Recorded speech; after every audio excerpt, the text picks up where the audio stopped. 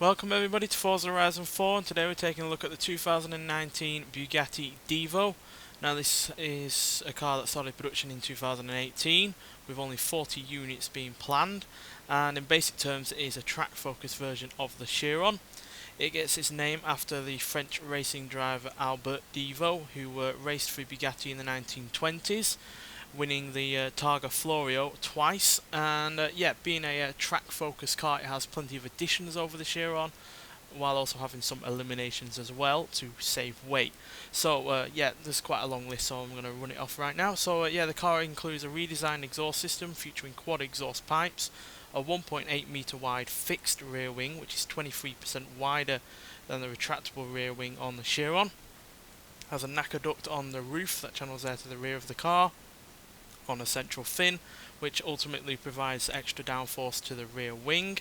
It has a large front chin spoiler, which again provides downforce, more refined side skirts, larger air intakes on the front, new headlamps and tail lamps, a vent on the bonnet for improved radiator cooling, and vents in the front wheel arches to cool the brakes.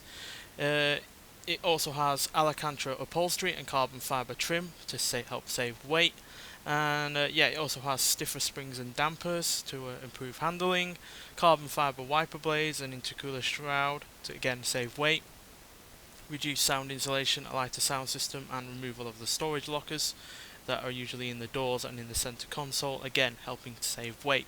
All in all, that means that this car weighs 77 pounds less than the Chiron, which I know doesn't sound all that much, but that does mean at least this car only weighs 4,321 pounds.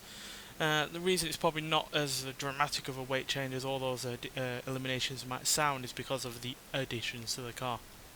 Because there is inevitably more bodywork on this car. You got that wider fixed rear wing and the like, and the front spoiler. So even though it's a more track-focused vehicle, the weight saving hasn't been all that dramatic, but nonetheless it isn't just about the weight saving. Like I said, the dampers and the springs have been stiffened, so the weight isn't pushing down quite as much on those springs and dampers, meaning that it's handling better, plus all the downforce means it's handling better, and the lack of weight now means that it's not going to be rolling around in the corners, and it's going to stop better, and it can get more use out of the power that it has as well. Engine wise, it's the same as the standard Chiron, meaning it has 1,479 horsepower, 1,180 pounds-feet of torque from its 8 litre quad turbo W16 engine.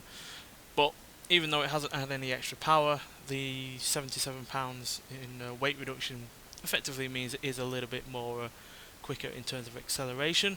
And even though it has had some stuff removed from the interior while having some weight saving materials, it's still rather a luxurious vehicle inside, and still does retain a lot of its Grand Tourer aspects, because no doubt that this and the Chiron are some of the best Grand Tourers out there, which you'd expect for the amount of money that these kind of things go for. And I have to say I do really rather like the look of this car. I certainly prefer it to the Chiron and the Veyron, and it's my favourite looking modern Bugatti, so I'm all on board with this car. But to see what this car's really like, we're going to have to get out onto the open road and see what it can do. So even though this is more track focused, it is ultimately still a road car, which means that it's still got to comply to plenty of road car regulations, but it's still a ludicrously quick vehicle. But you can now enjoy the power, the speed, the acceleration all the more because this car actually handles, which I really didn't find the Chiron to be a good car in terms of handling all that much, quite frankly. But this handles a lot better. It's a lot sharper, a lot more agile, and nowhere near as on the edge as the Chiron. And that means, like I said, you can enjoy everything else about it a lot more. And the acceleration, a 0 to 60, 2.4 seconds is the same as the Chiron, but the 0 to 100 time of 4.8 seconds is actually 1.1 of a second quicker than the Chiron, and this has a top speed of 236 miles an hour, though on this game you can actually get it up to about 247, but that is nonetheless either way slower than the Chiron, but that's purely because it does have that extra downforce. It has that fixed rear wing, which is inevitably going to slow the car down. But at the end of the day, even on a track, you're going to struggle to find a straight long enough on any track really to get up to the Chiron's top speed. So 236, 247 mile an hour, whatever it is, it's still more than enough, and yeah, still far more than plenty of other mid-engined hypercars that are out there. So yeah, glorious car really. I really do like it. I enjoy it so much more than the Chiron. It's such a more focused driver's car. It's not, you know, entirely focused on top speed and acceleration just like the Chiron is. It's a bit more balanced, a bit more of a compromise, but it's a compromise that really does work in its favour, because yeah, now it's a proper driver's car and it's really enjoyable to drive. And yeah, you can definitely feel the difference in the handling over the Chiron, which, like I said, did feel really on the raggedy edge. Really didn't feel like it was able to handle all that power and torque.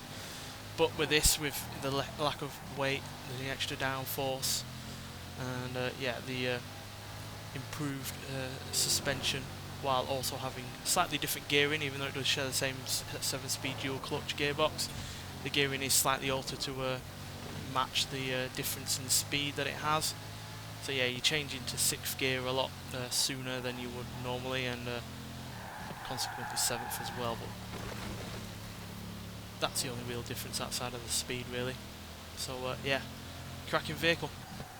Keeps most of what made the Chiron such a well-renowned car, but improves upon it by giving us better handling, better looks, more precise you know, steering, better braking because it weighs nowhere near as much, while the brakes are also kept cooler for longer with those extra air vents.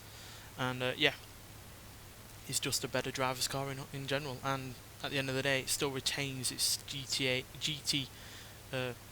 you know, luxury for the most part as well. So yeah, there's no downside to this car whatsoever outside of the top speed, which there's no real reason to care about that because you're never really ever going to get up to that kind of speed anyway. So yeah, no downside to this whatsoever.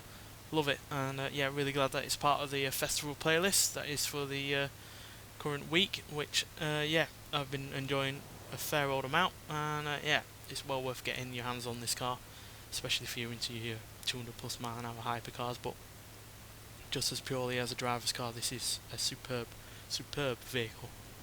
Nonetheless, thanks for watching, and I'll see you in the next one. Bye.